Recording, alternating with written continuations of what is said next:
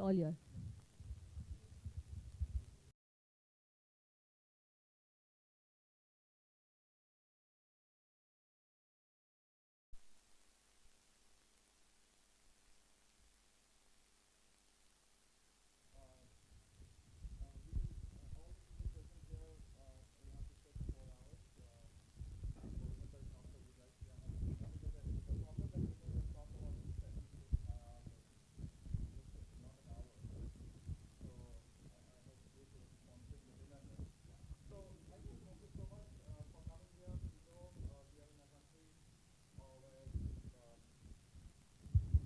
नहीं आ रहा ठीक है to set the context of both we can always twist the words off the grid or on the grid because a lot of people on the grid also are off the grid many a time because of unreliability.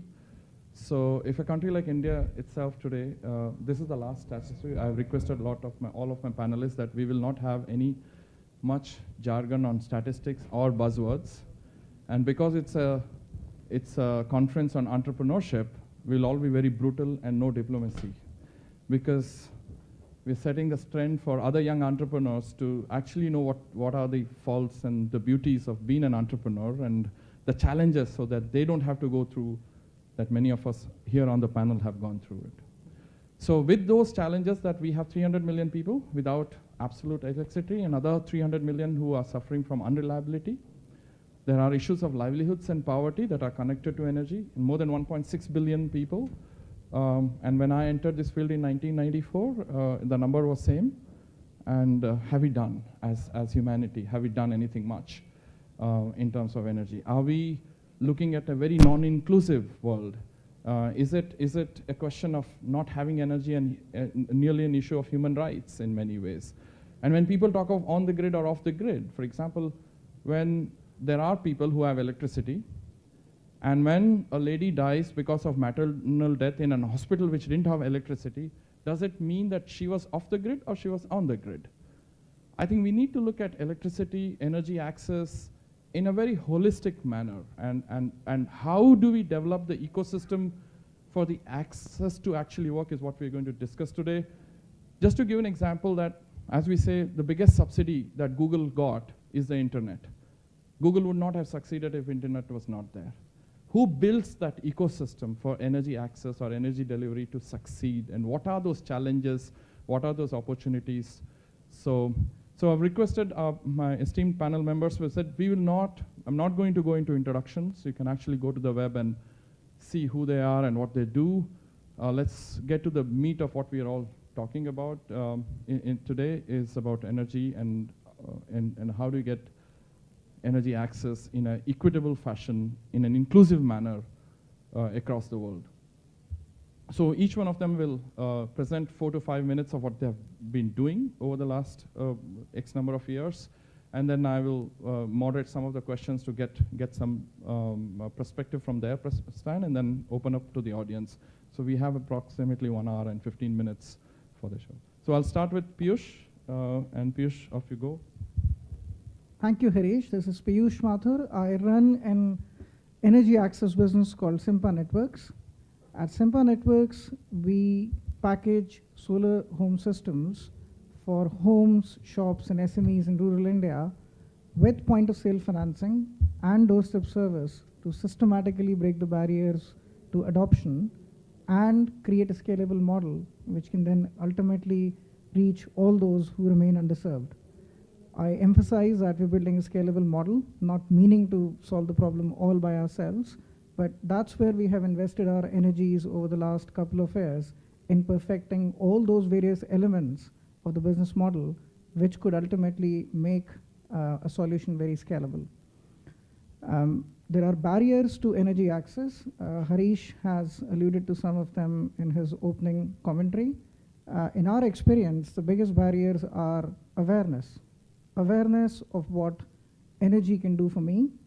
There is, like it or not, there is a segment of population out there which is totally disaffected, which has slept their lives under a tree, and it's hard to argue with them why is a fan better than sleeping under a tree.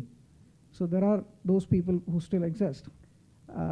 There are, again, a variety of energy situations. There are others who are partially served through the grid, but not habituated enough yet to rely on energy like all of us do. There are others who are getting increasingly habituated, but are remaining underserved. So their needs are high, but affordabilities are stretched. And we have to address a variety of these energy situations when we talk about solving the problem of energy access. So what we have been doing is focusing on some of these issues. How do we break down these barriers of awareness? We'll create a direct sales and service channel which is able to counsel customers, but then create a last mile distribution network which can scale, because last mile is expensive. Us trying to build awareness for an entire country is also expensive. So how can we create a self-perpetuating model is what we have focused on. The other big barrier is financing. Again, Harish alluded to it, but the problem of access to energy, it's our insight, is intricately linked with the problem of access to finance. If they had money, solutions in the form of distributed renewable energy already exist to solve that problem. If they had electricity, they would have created enough opportunities for themselves up until now to actually come out of poverty. So the two need to be addressed and solved together. And to be able to do that, you have to build financial models, economic business models, which are financeable, which are self-sustainable, which can be seen by mainstream commercial lenders as worthy of long-term finance. So there again, we have innovated and created models which have successfully resulted in us now being able to mobilize domestic commercial capital within India from stodgy mainstream commercial banks, which has remained a challenge in the sector. So this is a bit of an introduction of who we are. I haven't described to you the business because I imagine that all of you who are here understand the basic business models in this space. But we believe in providing meaningful amounts of electricity to our customers, which in our definition is at least a base load of 3 to 4 energy efficient light fittings, a fan, in many cases even a television now, but in all cases mobile charging ports. So our systems are of a typical capacity between 100 to 200 watts, and we provide them on easy payment plans packaged with financing such that our customers can get to ownership over a period of 1 to 3 years. We then also take responsibility for after-sale service because our customers are frankly not familiar with solar technology as much as we are. I'll stop here, but we'll discuss more. I'm Ravi Kailas. I'm with Mytrah Energy. We are a utility-scale renewables business, and we started in 2010. And the idea then was, can you create a startup utility? And I know the conception always was a startup meant you need a technology business or you have some unique idea. But the idea that we were trying to build on was, can you create utility scale renewables in a country where in 2010, today of course the environment is very different, where renewables was an afterthought, or it was largely built as a tax accelerated depreciation scheme where almost 10 or 12 gigawatts of wind energy had come up. We said, can we make this into a commercially viable business on scale? So the last 7 years, we have executed across India. We have about 2 gigawatts of wind and solar either completed or under execution. We have about 1.3 gigawatts of wind now and another 500 megawatts of utility scale solar under execution. One of the differentiation we made in our model was that almost all large renewable players across the world, their model has been access to capital and the yield on what is the capital they're investing. So renewables has largely been driven by pension funds or private equity funds, or driven also by social needs. So in Europe, for example, in the US, where they were replacing existing forms of power with more socially conscious or more socially responsive forms of power. But in India, the opportunity, or in many other countries, the opportunity is if you're building power from scratch, or you're not replacing, but you're adding into the grid, what are the different challenges, and how do you approach an economy like that? And one of the differentiation that we came up with was, if you're competing with, or if you're in an environment where almost all your peers have access to large amounts of capital, or at finely differentiated pricing, how can we compete in that space? So our model has 3 or 4 elements. The first is that we are sort of an end-to-end player, right from determining where to set up our wind farms. We set up wind masts to determine wind data over long periods of time. We actually develop our own projects, which means that we get permissions from governments. We build transmission networks to go to local substations. We also do the EPC, the engineering and commissioning and construction of these projects by ourselves. And then we also do the asset management part of the business once these have been built. So we have been able to create a business that, instead of simply owning a farm and selling power, so we are in almost all parts of that business. And I think that as you're trying to build in scale, we needed this level of understanding of building all of these.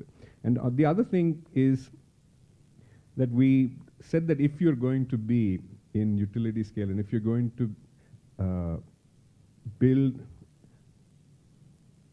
a percentage, build towards being a percentage of the total pie, it's much harder to say, I found this spot on the hill that's the best wind in the country.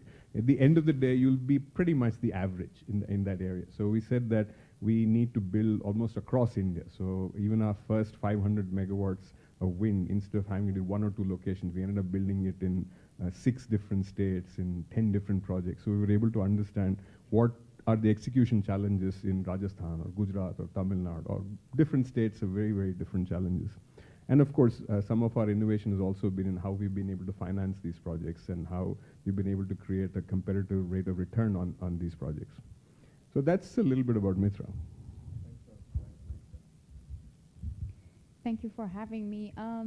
We are a consulting firm, so a bit different from the other speakers, and you can see an infographic we put for you. So we are dealing a lot with energy companies, energy investors, investment banks, and what we do for our clients is that we try to put the whole picture in front of them in a crunched 1-page, 2-page to help them to strategize. And for what I thought would be interesting for this session is to look into Prime Minister Modi's energy policy and how that could create opportunities for entrepreneurs or investors. Here I'm not going to say that this is going to succeed or not succeed, so we are not talking about that, but just to introduce more into the eyes and then from the eyes of an investors to see what are the opportunities that this policy could create or potentially could create.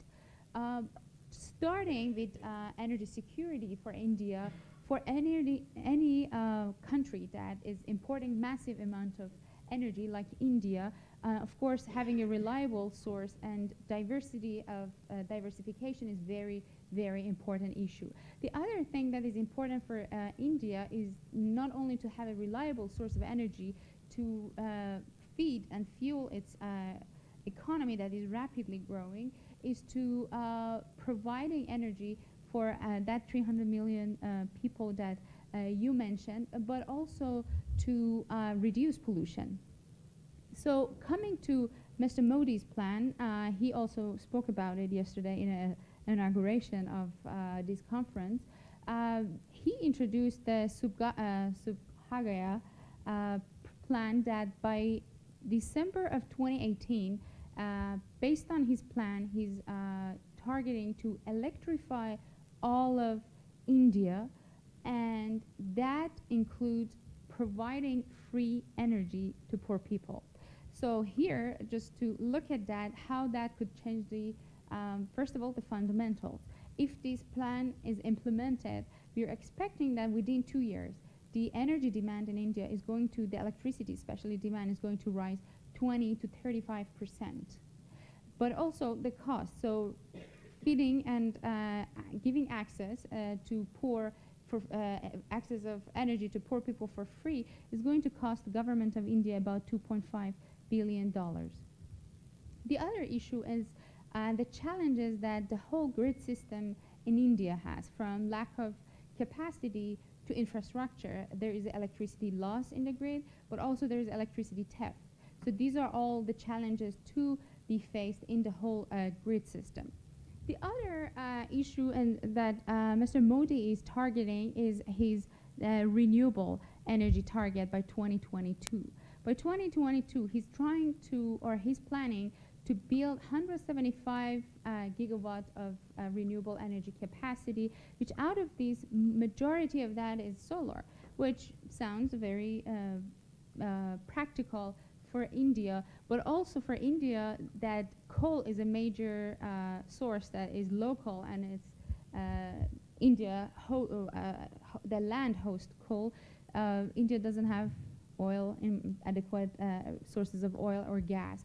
So solar would be the second in-home source that could increase the level of energy security for India.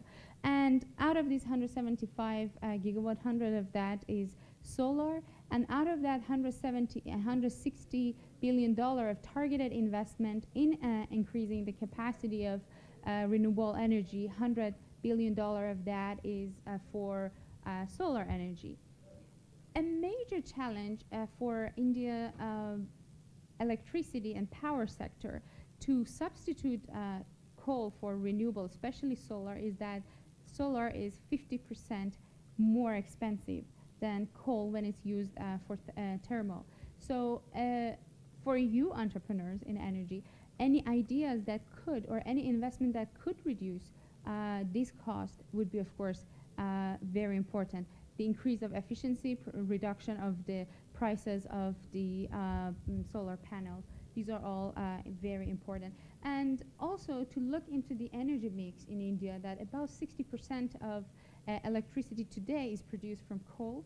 So how these numbers are going to change in the within the next 2 years and by 22. So these are all the very big challenges that the government of India is going to face. But on the investment side and opportunity side, of course, create a lot of opportunities for investing in solar energy, for reducing pollution from coal. There are entrepreneurs here. Actually, we had a discussion last night. There is a company that based in California. They have a technology to reduce the pollution from coal, and they're very interested in investing in India. They take oil from coal, they take the water, and so these are all very interesting opportunities that based on the overall energy policy under the current administration in India could be created for the entrepreneurs and investors. Hello. Yeah, thanks, Sarah, for setting that context. So let me ask Piyush. We've been successively looking at governments who have promised electricity over the years. I mean, our whole lifetimes. Is it practical? What Sarah said? I think to practically solve the problem, we first have to practically understand the problem. And I don't think there is a rich enough understanding of the problem amongst policymakers at this point in time. The whole narrative and the dialogue is still very binary, whether a house is on the grid or not on the grid. The energy problem is actually much more complex than that. There are attributes of energy. There is quality of service, there is continuity of service, there is a reliability of service, which attributes are never really spoken about. I mean, imagine electricity quality index similar to air quality index. You would measure electricity on multiple parameters, and that will actually expose that even where we are supposedly grid connected, even the cities in India are not actually getting 24 hours of electricity. There is a deficit. That deficit on average might still only be half an hour or 1 hour every day, but that is still 3%. So if in urban India, we're running a 3%, 4% deficit, then we can't quite completely solve the problem in rural India where the challenges are much more extreme. So to answer your question more sharply, I think the intent of the government is right and ought to be respected, but that intent, as we know, of policymakers is influenced by political considerations, which in turn are driven by votes, and sometimes the narrative gets ahead of the reality on the ground, and that's what we have seen successively over the years. That doesn't mean that the improvement hasn't happened. Improvement has definitely happened, but not at the rate and scale at which we could be confident at this very point in time that the problem of access to energy will be conclusively solved by 2018, even if Mr. Modi's targets are achieved. So it's not actually about meeting Mr. Modi's targets. It's going beyond that. I mean, I mentioned that we are not here going to say that this plan is going to be either it is doable or not doable, but as an investor, that's his opportunity. Sure. Because, for instance, Mr. Modi is going to reduce the regulation or modify the regulation for investors, whoever is investing in the line with his targeted policy. So for investors, we see opportunity. But again, we are not judging. I said I'm not discussing today that if either this is doable or. Sure. No, thanks. I mean, in a sense, where on exactly. I mean, I'm glad I'm a moderator, so I can ask the questions and I'm not in an answering position. Okay, so give me. Let me finish with them, and I'm sure. I mean, and more controversial, the better. So, because it's a problem we need to solve, and we cannot be diplomatic anymore. There are multiple poor people suffering from lack of energy, and then we need to all take our responsibility and solve it. And I think that's where we cannot be hiding behind. I'm glad let's get this out in the open, and this is the issue. So, Ravi, from your own experience, I was asked in '94 when I started Selco. In '94, I was asked, what happens to your business if grid comes in? Today, the younger entrepreneurs are asked the same question in 22 years. But from what can we learn from your own experience that in the large scale, that you have had so much of experience, how do we actually make it happen today for the rest 300 million, one, and for the unreliability? Because if you look at the blackouts, and Piyush would say, Piyush's business or any other businesses who are in the off-grid sector today, many of the clients who have bought solar from them are people who are already on the grid. So we are not even talking of people off the grid, but on the grid. What lessons can we learn from what you have done over the years? I think I'll be a bit more optimistic on this one. Before I answer that question, I just wanted to add something to what Sarah said. I think you suggested that solar is actually more expensive than thermal, but actually in India the marginal cost of setting up thermal is about 5 rupees a unit, and solar is somewhere between 2 rupees 50 paise and 3 rupees 50 paise now. So it's actually today. So that's when we're saying this 200. If you're taking 200 gigawatts of solar versus 200 gigawatts of thermal, solar is actually economically easier. So to pull back, I think one of the biggest changes that has happened is this price differential. Most countries, even if you take the UK or Germany or the US, in the last 10 or 15 years or 20 years, the push was based on social policy, from people saying, look, we don't want coal power, or we don't want something that is damaging the environment. But in countries like India, while politicians still want, or people still want clean air, etc., the push has come from saying that, look, we have 300 gigawatts of total generating capacity today. We need 2,000. So we have less than 10% of what we actually need today. So where is the rest of the 1,800 going to come from?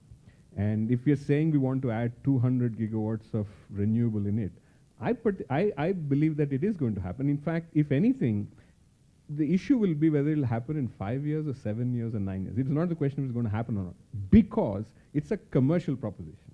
And while there is a lot of discussion in the last couple of years about the government's stated intent of saying that we want to do this much or we want to do that much, remember that from 2010 till 2014 or so, before the new policy, 2015 when these policies came about, there was virtually no policy. And every state had its own policy. And typically the policy was to ensure that the renewables got about 25 paise less than thermal. So, I mean, in the last 25 years in India, the renewables has always been somewhere cheaper than coal in one way or the other. I think that just as, for example, if you take a different sector, like let's say the telecom sector, I don't think anybody believed that we would have 1 billion mobile phones and that the largest number of these customers would actually be rural. And it was not through government policies that these happened. It was because there were some incentives to go out there, but it largely came from demand. And I would say that the demand is there today, and it is cost competitive to deliver. Having said that, there are challenges in how to reach it. And I mean, if we are talking of microgrids in this panel, there are 3 broad challenges. One is that power everywhere in the world is sold through a cross-subsidy model. So it's a commodity. The same unit of power, if it is sold to commercial, it is a particular price. If it is sold to industrial, it's a certain price, residential or agricultural.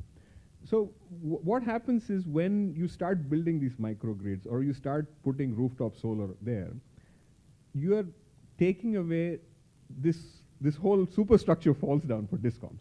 So for the distribution companies, which means that you're taking away some of their larger customers, the people who can actually afford to set up some of these things. And also, when you have this cross-subsidy model that is being threatened, so you find the local regulators saying, no, I don't want this to happen. So that's the tension there between what is national policy versus what's happening on the ground. The second is financing, which is this is a larger issue there. Because if you're setting up these grids in this village or in this town or attached to this municipality, as the price is falling every year and every 2 years, so you purchase these assets, you put them up there, and you sign a contract with either the local municipality or with the local cooperative of apartments who are there, or to individual households. And 3 years later, somebody else comes along and says, hey, you know what, the price is actually half of that now. More worryingly is what happens when the government grid comes there and says that, yes, this village, you guys have set up this microgrid, wonderful, and you had this agreement that you're supposed to sell power for the next 10 years at this price, but we brought this grid along there. So that has what is going to be the exit mechanism when that comes? So that's a huge challenge there. The other is like mobile phone. I mean, if you take it out there, you're handing it somebody, you can virtually give it away, or you can give it for 1,000 rupees, 2,000 rupees. This is a lot more expensive equipment. So it's not worthwhile. It's not the capability for the user to purchase capital equipment to generate power does not make sense. But if you own it, and if you're giving him or you're giving that household the ability to buy and over a period of time to own it, and if that period in this requires somewhere between 9, 10, 12 years, if you're getting return on capital assets of that size. So where is the security in that? And I mean, and you're also leaving it on somebody else's rooftop. How do you get access to that? What happens if he decides, I don't want to do this anymore, I don't like yours anymore? You can't take that asset really and put it somewhere else. There's some of these issues. And all of these have resolution. I mean, all of these have ways in which they can be resolved. And I think that as the Indian government has set a goal of almost 40 gigawatts of rooftop itself, or basically this microgrid, or going to individual customers. So I think that unless you resolve some of these issues, we are not going to get much further ahead. But once they are resolved, just as we see, I mean, in 2010 when we started, the total industry size of additions in the industry was about 2 gigawatts a year.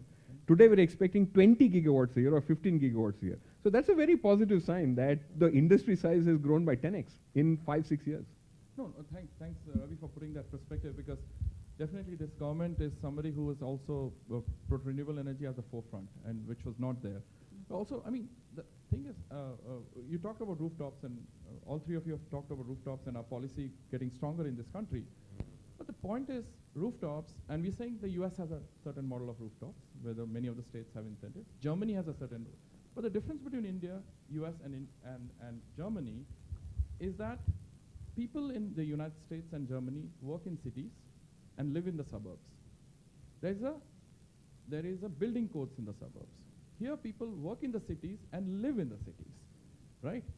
Me sometimes putting a rooftop in my roof, I have no idea if the next guy is going to sell his land, make a multi-story building and a shadow falls on my roof. We are vertical. We are vertical cities. We are vertical. We are not suburban. And so the rooftop, second point is when we talk about feed-in tariff, with our transmission and distribution losses at approximately 25 to 30%, should we not be incentivizing people for owning solar in your own house, and I'm going to incentivize how much you're not going to buy from me, rather than incentivizing me from how much you're going to sell to me? I think because if again you're selling it to me, again I'm losing 25, 30%. Should we not culturally, socially, at a country aspect, change the way we look at feed-in tariffs in this country? You're absolutely right. So that's where this cross-subsidy things comes in when we talk of net metering. So where you're, let's say you're buying power on a residential unit at, let's say, 4 rupees. And you expect that when you want to sell your surplus power to the grid, it should still be 4 rupees. But that's not what the wholesale cost of power is for the grid. So the grid loses money on the net metering unless it is managed well. So that's one.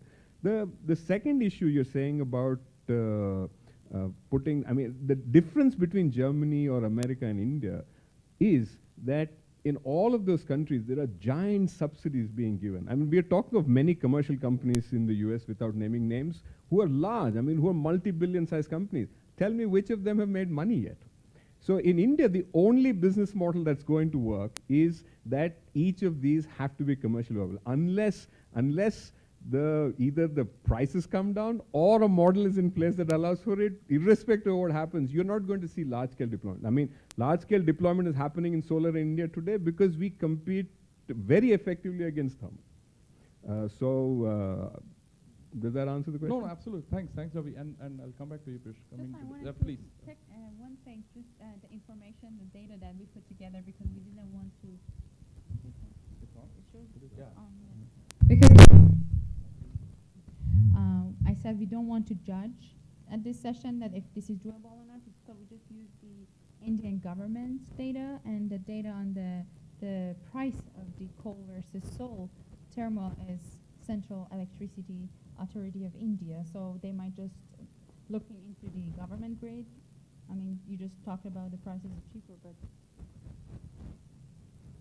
Yeah, I mean, please, Ravi. No, I mean, we interesting for us too. So I mean, let it's them know. there in the, I mean, almost all these bids are transparent. They are on websites. You can go and see that the last bids for solar in the last 6 months have been somewhere in the range of 5 rupees to 2 rupees 50 paise, and all the auctions for coal plants are also online, and we can see that they're somewhere in the 5 rupees. And that is, and the 5 rupees for coal also means that over the next 25 years, if the coal price increases, that gets passed on to the customer too. And a solar or a wind PPA for the next 25 years, it's set at the same price as a generator.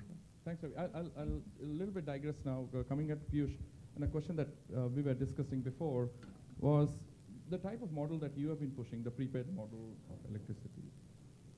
Tanzania and Kenya, 2 small countries, and as small as some of our states. 3 companies have been able to raise $200 million in the last 3 years, right? $200 million in the off-grid sector to provide solar to very poor households between what, 8 watt to 20 watt, not even more than that. And the question that we were asking, why hasn't $200 million is a huge amount. I don't think so in India, in the off-grid area, for people doing decentralized, we would have crossed $20 million in the best case scenario in a country like India. Why do you think that they have been able to raise 200 million and we not even 10? Okay, so one big difference between Tanzania, Kenya, and India is that in Tanzania and Kenya, 75% of the homes and people are actually off-grid. So it is to be expected, and those countries are actually setting an example for us to follow, that if you are thinking in a progressive way, looking at the future of how energy adoption is going to play out, you would actually take advantage of decentralized generation technologies. I mean, look at what happened in the transport sector. At one time, we all used to use public transport, but then the technology evolved, and then we had engines which could be fitted into a motor car. Even that didn't work, but in 1919, Model T started selling because you attached consumer financing to it. That engine got further evolved into a two-stroke engine which could now be fitted into a bike. So we are able to now flexibly commute and flexibly transport ourselves using individual devices. The same pattern is playing out in the energy ecosystem as well. The energy generation, which historically has been centralized, is now getting increasingly decentralized, not quite personalized yet, but getting there. So let's take advantage of that technology. Let's start putting in more investment into decentralized technologies which can leapfrog traditional technologies and reach those homes fast enough. That recognition is well entrenched in countries where 75% of the populations are off-grid, because it's easy for them to come to terms with this. In India, we have a psychological barrier because, yes, we have made progress and 75% of the country is actually on the grid. So you then have that urge and that temptation that, okay, why can't we just go from 75% to 100%? But what you forget, and I come back to examples from Germany, US, and also Tokyo, because you specifically mentioned vertical cities. Tokyo is a vertical city, and Tokyo Electric, by the way, which is a utility of, in Tokyo, the electric utility, has lost 2 million customers over the last 1 year. They are reconsidering their strategy and are actually thinking actively about going the decentralized route. Now, why are traditional energy companies thinking that? Because they're looking at what's happening in the space, how the energy is going to be bought and sold in the future and consumed in the future, and that's driving their decisions today. So again, coming back to your basic question, the key difference in Africa and India is that Africa is more off-grid, and therefore it's been easy for them to come to a sensible commercial decision, which is possible today, that, okay, let's start prioritizing decentralized renewable energy. Here, we do not have that understanding and recognition just yet. Can I answer that in another way? The reason I think that we're not seeing a lot more investment in microgrid is because the investments in the utility scale is so enormous right now. This is low-hanging fruit. You don't find these types of investment in utility scale in many of the countries in Africa for a variety of reasons. It's not going to detail there. But today, the ability to invest in hundreds of billions is in building utility scale.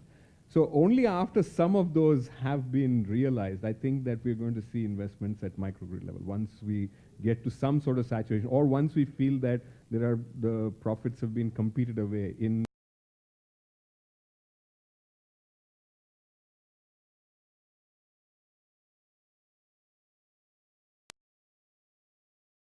but if it takes the same amount of effort for us to build a 10 kilowatt plant, 100 kilowatt plant, 1 megawatt plant, or 200 megawatt plant. That's almost the same amount of effort, energy, going around, finding land, getting permissions, etc. So, but as you said, only 20 million may have come in off-grid in India, but 200 billion is expected to come. Most of the other countries, I mean, India is going to be one of the largest investment destinations for renewables. It already, you can see that happening already.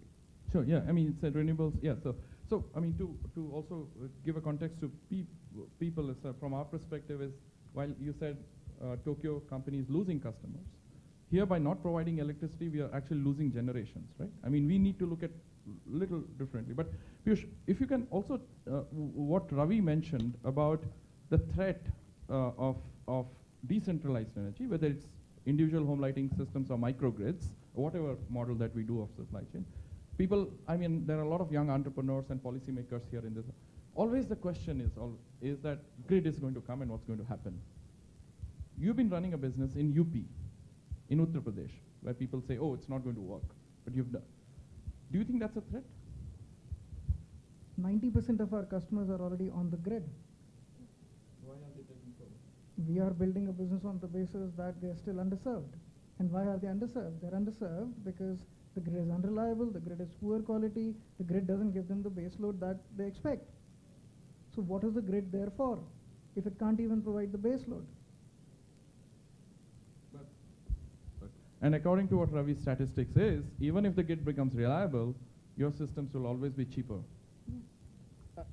Yes. No, I'm making a slightly different point. It is that if you're building one is to sell or to create an individual customer-owned thing. But when we say microgrid, we're talking, let's say, for a village or a cluster of people, where we say we'll build a solar project there for 1 megawatt or so and supply these 500 houses. So those are the kind of projects I'm talking about. I'm not talking about individual devices in people's homes. See, Ravi, the issue a lot of times, if you look at, there was a debate earlier that in India we have a surplus of electricity, right? Today, surplus of electricity. That's because the distribution companies are not buying it. Because the more they distribute, more losses they'll get into, right? So the business model today, or in terms of decentralized energy, in many ways what we have seen in India is a lot of people who bought solar and are poor are actually paying to the banks. Same people who actually don't pay to the utility. So there is a sense of ownership that comes in. So do you mean to say that India is kind of the right model to look at decentralized energy, and this lots of infrastructure actually does not make sense? No, the difference is if you're providing a light or if you're providing a fan, etc. But if you're trying to run a washing machine, or if you're trying to run anything that requires more energy, we're talking of a different level of capital investment there. I mean, we're saying that, as soon as people get the first bit, just as Piyush said, as soon as you get one, you want the second round. But for that, you need a completely different type of generating. That's the level what I'm talking about. If you're saying that a household in Hyderabad or in Chennai of 5 people have this much requirement or power requirement, if you're trying to replicate that in the microgrid, those are the issues. Those are the issues that come up at that time. Those require significantly more financing than what an individual household can bear or should be allowed to bear. Why should an individual household be required to bear the capital cost of generating power himself?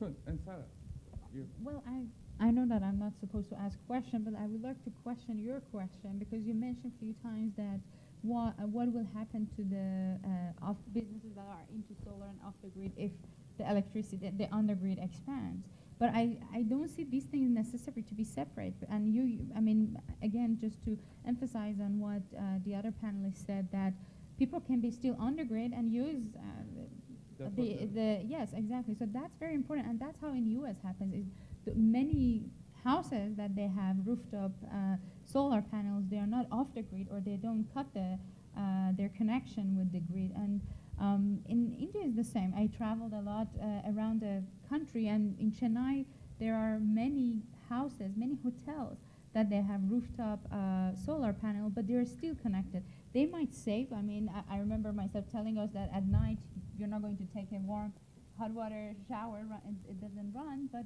they're still connected. So I don't see that as a threat for the investors in solar or Sarah, there's a difference of people who are not on the grid, have solar, and the grid comes in, is a difference to people who have grid and then buy solar. Yeah. There's a different mind perception, yeah. So what happens is, in a lot of cases, the people stop paying for the bank until they realize that the grid is unreliable, so I start paying back to the bank, right? So this is the social, the willingness to pay, and the social business models that actually, in terms of the social dynamics of communities, that needs to be. I have a question. Sure. Just here, even not putting people on the grid. When Mr. Modi announced this plan that is going to give free electricity to poor, what happens to the off-the-grid businesses? Even before because they're not supposed to pay anything to the government, then are they still willing to pay the bank? So that's. See, I have the free. Whenever the government announces free, it does not happen. It's one light bulb free. And It's not all your power free. There's a large scheme called Bhagya Jyoti scheme. A Bhagya Jyoti scheme is people who earn less than. No, I'm just 40. talking about mindset. Wait, I tell you. Said mindset. No, there's willingness. already a Bhagya Jyoti scheme for last 50 years. People who earn less than 18,000 rupees get free electricity already, but still have got for solar and paid for the bank. And still we have electricity theft.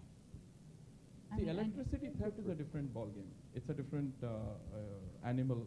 As the gorilla said, it's lot. And if you look at, because if you look at the percentage of people who actually do electricity theft, it's a larger institution. It's not the poorer people. So if you look Typically at for agriculture or and agriculture and a lot of institutions. or Anyway, but Piyush, when in the sense that today when you look at people who have, I'll come to you after this.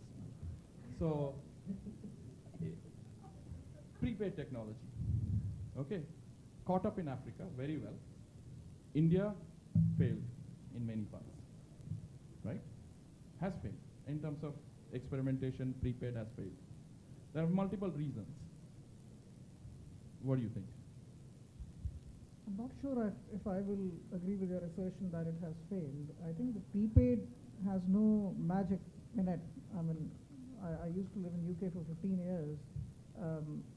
Prepaid meters exist even in UK, which is fully electrified. So it's not about prepaid or whether it's not prepaid. It's about the quality of service that you're providing and the social dynamics that you spoke about earlier. At what exactly is the proposition you're offering to customers? If it's prepaid for usage, then that's a utility model, and I have a choice of not using it for some times in between and then using it for other times, which then elongates the payback periods for the developers, which I think is a problem because our financial industry isn't mature enough to deal with that type of uncertainty. But if it's prepaid, leading to a certain ownership, prepaid technology, which remotely can disable the system as a great enablement and great enforcement tool, but you're still expected to pay, which is what happens in a postpaid mobile phone, which can also be turned off, then I think it's a different dynamic. I mean, there is evidence from microfinance companies that when people buy stuff and they take microloans for that, they pay 99% of the times. So if we are delivering value to them, then why would they not pay for this service too? And this is essential. No, thanks, Piyush. I mean, if I follow the Indian, somebody's having fun. In Manipur, in Manipur, which is one of the northeastern states,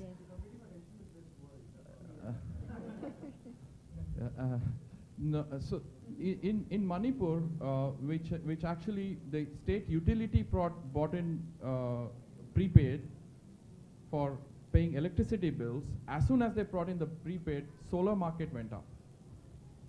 Because people started realizing that if I save on electricity, can I pay that much for actually owning a solar? In fact, prepaid in the utility sector led to increase of renewables in many ways. That actually shows that people found out that renewables was much cheaper than owning it in many ways. Ma'am, give me an update. Oh, after, please, absolutely.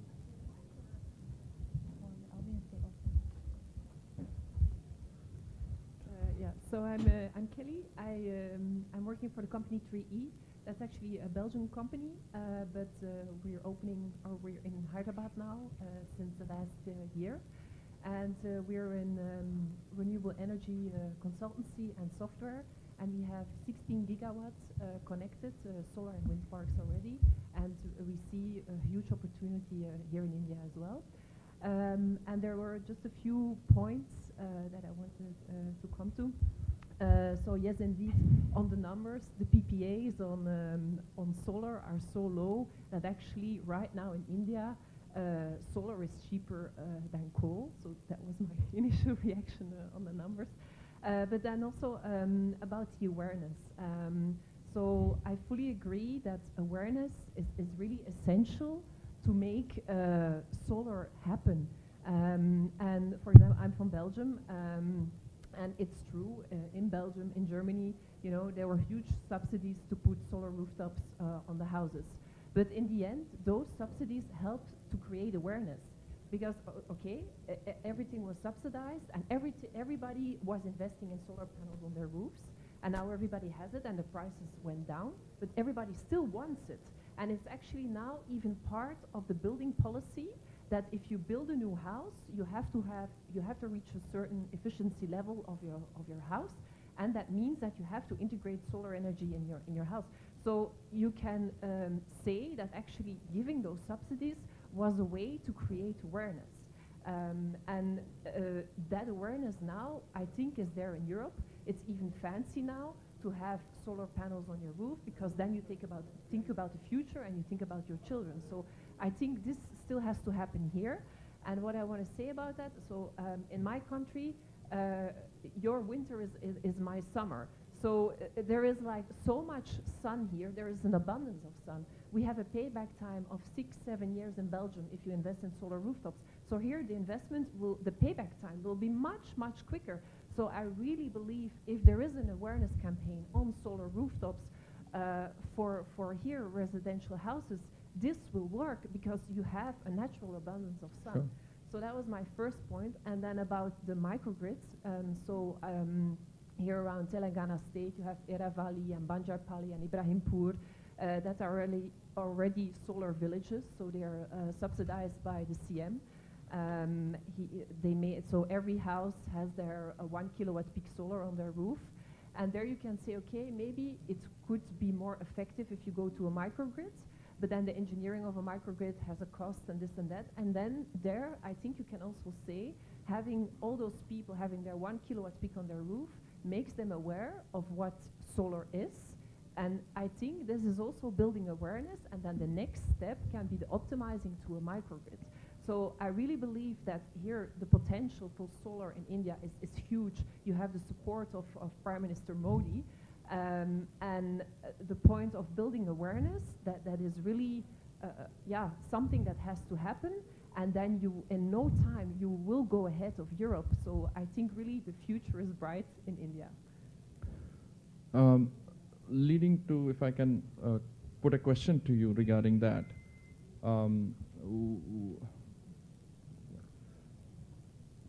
From your perspective, each of your perspective, what is one ecosystem stakeholder that should be on the table, or a process or a policy that should come into that would actually change that we go far ahead? We have the, what you call the technologies. We have the abundance fuel, that's the solar or any other sustainable basis, but we have not reached the scale that we would have crossed while Germany, Belgium, everything else.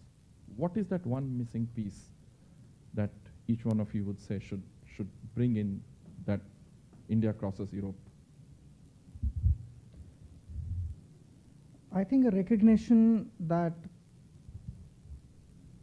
distributed renewable energy has a role to play in achieving universal energy access. Because why do I say that? I say that not to present distributed technologies as an alternative to the grid, but because that if we do acknowledge it, we would talk about it in all advertising campaigns, all well-meaning campaigns from whoever, including Saubhagya scheme, which today is decidedly silent about how will that problem be solved. But if it could say that today you have several options. You can go for a government grid connection, you can go for a individual solar home system, or you could do that, or you could do that. If the whole awareness building could be more comprehensive around making people make their own choices, or letting people make their own choices, I think that'll change the game.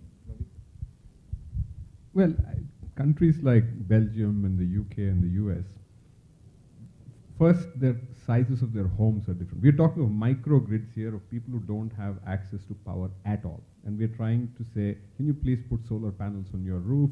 And can you put this battery? And can you have all of this so that you can run your washing machine? I don't think we even need to do that. I believe that the solution should be to create a microgrid for that location, and then it should be whoever is the utility or who is the entrepreneur, who is the company setting up to provide power to these people. I don't think that social policy should be that every individual villager or small hut should have a solar panel on their roof. I think that there is a big difference in the person who does not have, or the household who does not have power in India versus a very different category of customer that is being compared to. And I think that the problems that need to be solved are what I said. If we as a company are going and finding these 2,000 people in this remote area, and we are setting up a grid for them, we will set up panels. There's plenty of land. You set up, and you can actually work with the local community. You can work with the local village authority and say that for these 100 homes, we're going to provide power, and it will power all your basic needs. You got a washing machine, you got a TV, you got a fridge, you got all of those things, and you need to pay for it in a particular way. The question I was saying, or the issue that I was saying, maybe I can explain it more, is that when the new grid comes in, what does this local grid do? Maybe I didn't explain before. It's not that if somebody puts it on a house and a grid, yeah, both of them exist. How do we replace this as an investor? If we are putting billions of dollars into saying that all of them, and we identify 2,000 different locations, we put these up. What is the fate of the investment in these things? In the individual homes in rural locations, to expect them to put solar panels on their roof and power their own needs, and to ensure that they have the capital required for that. I think it's too much burden on an individual household to say you have to generate your own power, you have to create all of these things. I mean, these I don't think are viable from an Indian rural environment perspective. I think the first and significant difference, I think, is the lifestyle and the different, like India is a much larger and more diverse society, and we talk a lot about washing machine, but I mean in rural area, people, even in cities, not everybody has washing machine. I mean, if you're lucky in thinking about a poor family in rural, like a village, they don't have washing machine maybe in the whole village, you know. So that one lamp is all they need. And again, going back to the city, we didn't have washing machine. We had a lady who would like wash the clothes with the hand. So I think, again, access to internet, we talk about awareness among the people, like there are many rural areas, like how we create that awareness. I think the way that we should send the message or like design that message to create that awareness are all different from like a country like in Belgium. So I think there are many differences, just the different society, different lifestyle. India is a very big country that from village to village, from neighborhood to neighborhood, the lifestyle of the people could change. So I think that we cannot really compare these two.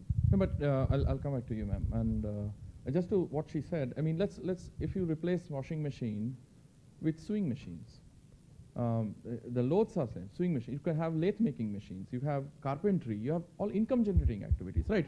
So in Belgium, it could be from a luxury perspective what you look at. But in India, the problem is today nobody is actually working on the efficiency. Today, when I design solar for sewing machine, everybody says solar is expensive.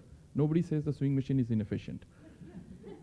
Right? So today we need to work on the efficiency of lathe making, and that's if somebody is an investor or an entrepreneur, efficient livelihood appliances is a huge opportunity in this country.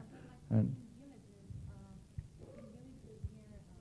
near cities, not even very remote and hard to access villages. right. The homes are designed very simple. Sure. So even one lamp could create opportunities Sure. for education. Sure. But I don't see any solar, I don't see any like washing machine. So I think that one lamp to begin with, it's very important. Sure. And then we could of course increase the Base. like yes, if the family could afford to have a sewing machine or. So I think it's very different layers. Sure. Absolutely. Yeah. Come on. I'm Jessica Obed, energy engineer. I'm interested in knowing the perception of the people and their actual needs, like in India. Because like policies often have great, I would say, incentives, but they do not account for the needs of the people. And I'm asking because like 3 years ago, Greenpeace established this mini grid in a city in India, which I do not recall the name. But after that, they did a survey and found that people were so not satisfied with that mini grid, it was solar, because it only provided them with a few lamps. And so many people, even though they live without access to energy, would find it a bit offending to only have like access to one light bulb or 2, 3 light bulbs. And I quote one of the people who received part of that, and he said like we wanted real electricity, as if solar is not like real electricity because it cannot power everything. And although I do not know the details of the plan, I just know like it was $2.5 billion. I read the headline a few weeks ago. But I'm wondering if it's also like just access to a few light bulbs, and if the people will actually be satisfied with that. You want to go? Yeah. I think that in a country like India that is growing so rapidly, we can't design our systems based on the needs of 50 years ago, that you have one light bulb that is sufficient. I mean, everybody is aware of what their aspirations are, what they would like to do.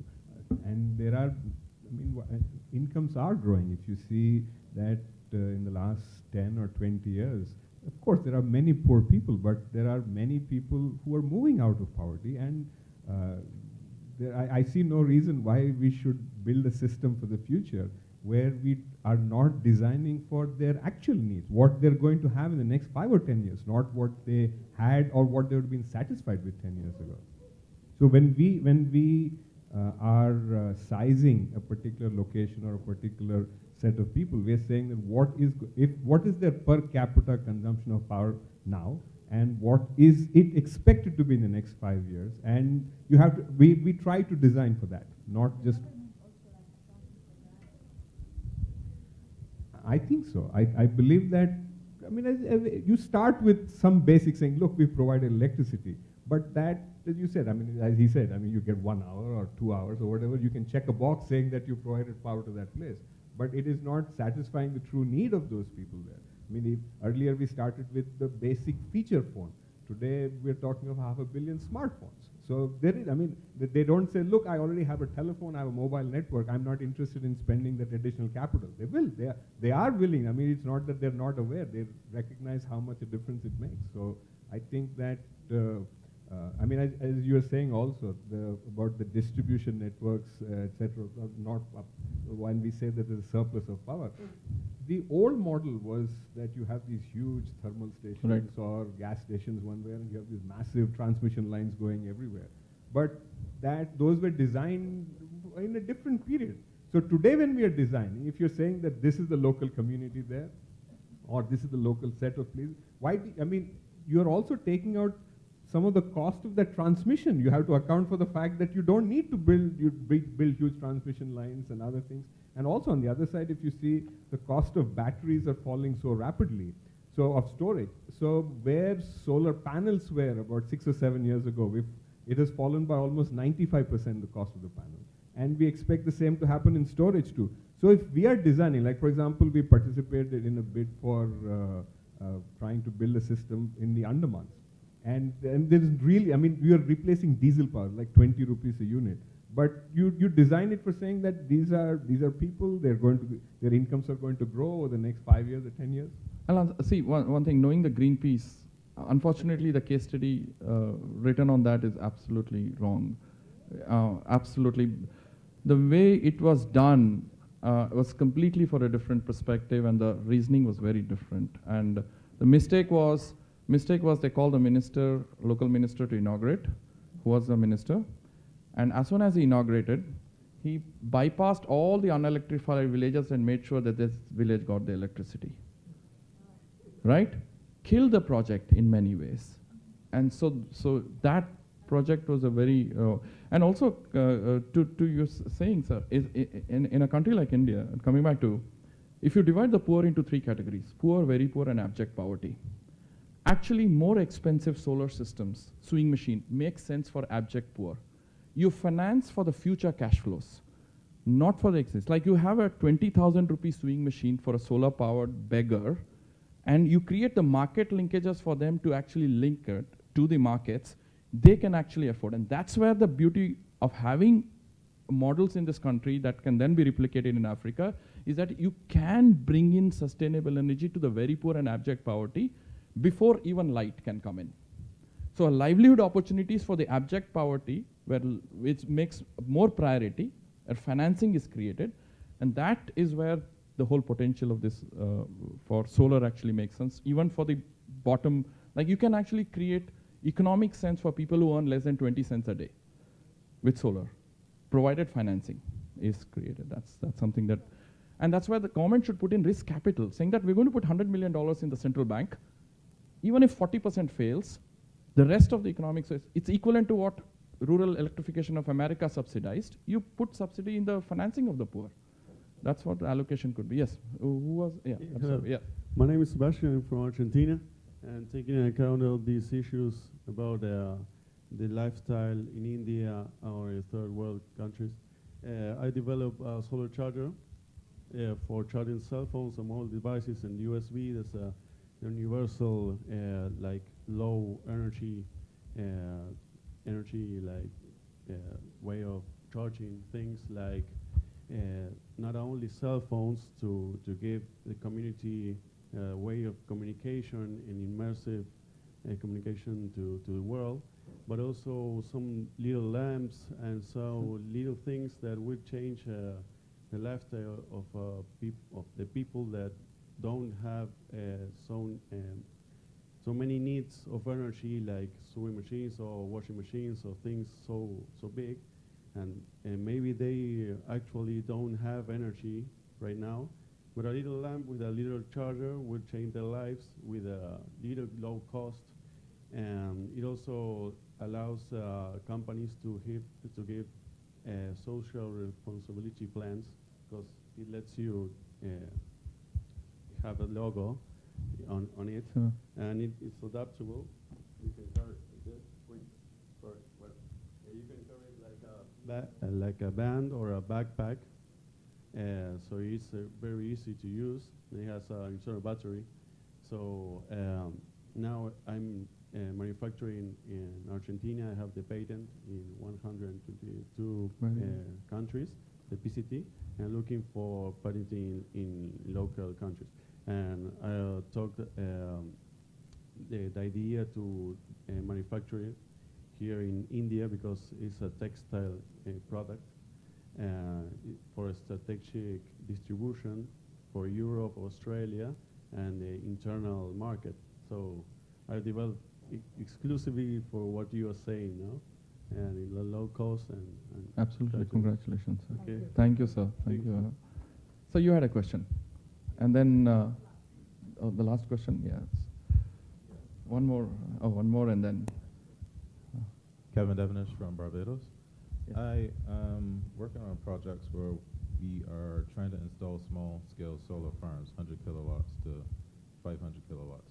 And I believe you mentioned that there are key barriers to financing that can be solved, and most of the problems which I end up on, one of the key barriers, I also do residential installations. If the project or the person that the bank is financing fails to, when we install on solar on persons' homes, one of the key barriers is that the banks always ask is, how do they recoup the equipment in case the person defaults? And as you mentioned it, I wonder if you have an answer for that. Sure. I'll take the other question and then I'll let answer. Sir.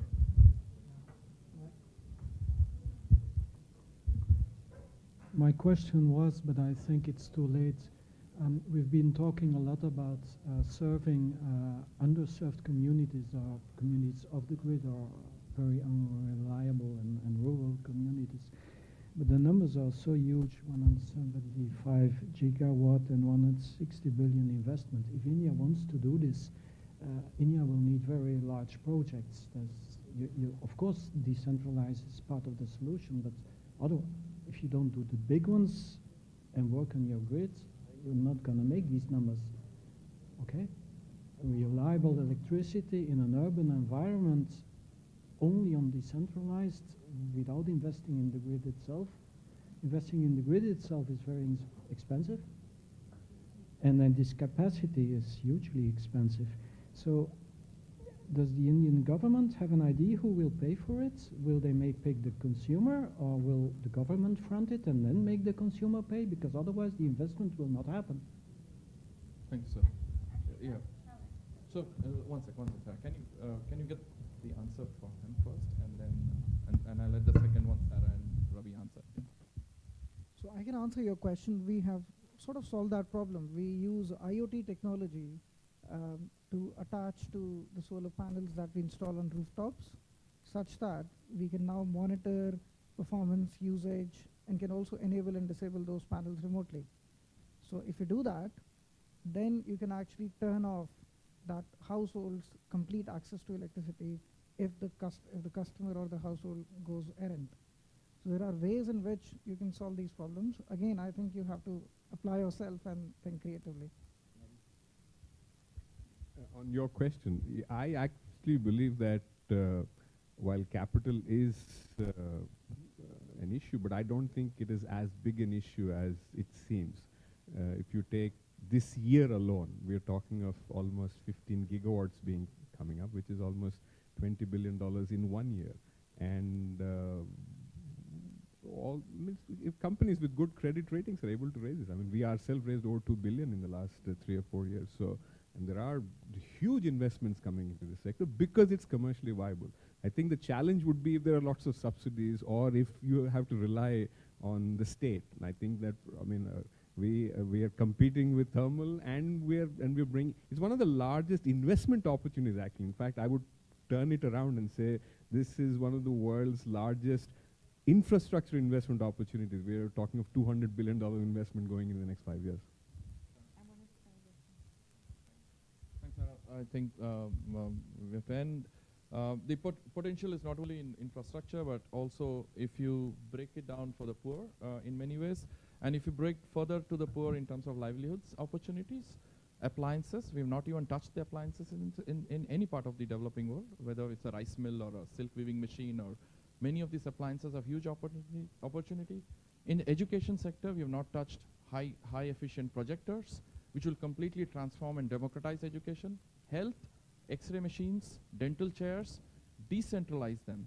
Today what's happening is because dental chairs has 20 features with multiple bells and whistles, it's put in a large hospital, you force the poor to actually travel and waste their money. If we had only 4 features in a dental chair, you could have democratized health. So the opportunity for energy is it's huge in terms of if you start looking at appliance. Shadowless lights for operation theaters in rural areas completely can transform how operation theaters in rural areas can work. We need to look at what is the value is energy bringing in, and suddenly the market becomes very, very different and large. And that's the beauty of having India as a center of innovation.